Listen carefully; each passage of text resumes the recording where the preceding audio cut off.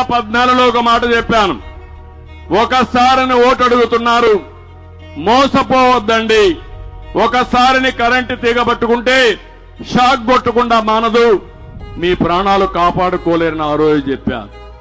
నేను చెప్తే మీరు అనుకున్నారు పర్వాలేదు ఈయనిట్నే మాట్లాడతాడు కాబట్టి మనం ఓటేద్దామని వేశారు. వేసిన పరిస్థితుల వల్ల ఈ రోజు మీరు చూస్తే ఎంత నష్టపోయారో మీకు అర్థమవుతుంది. ప్రతిరోజు బటన్ నొక్కేసి చెప్తున్నాడు, బటన్ బొక్కేసి చెప్పడు. ఇంత అవినీతి పరుడు ప్రపంచంలో ఎక్కడా ఉండరు, ఇంత స్వార్థపరుడు ఎక్కడా ఉండడు, ఇంత కరుడు గట్టిన నేరస్తుడు ఎక్కడా ఉండడు, ఇంత దుర్మార్గమైన వ్యక్తి. పవన్ కళ్యాణ్ వస్తే ఆయన మీద వ్యక్తిగత విమర్శలు, ఇంకా నేను రోడ్డు మీదకి వస్తే నా మీద నా కుటుంబం పైన కూడా వ్యక్తిగత విమర్శలు చేస్తున్నాడంటే, చేపిస్తున్నాడంటే బూతులు తిట్టే వాళ్ళకందరికీ మంత్రి పదవులు. ఇంత దుర్మార్గమైన ప్రభుత్వాన్ని పార్టీని నేను చూడలేదు.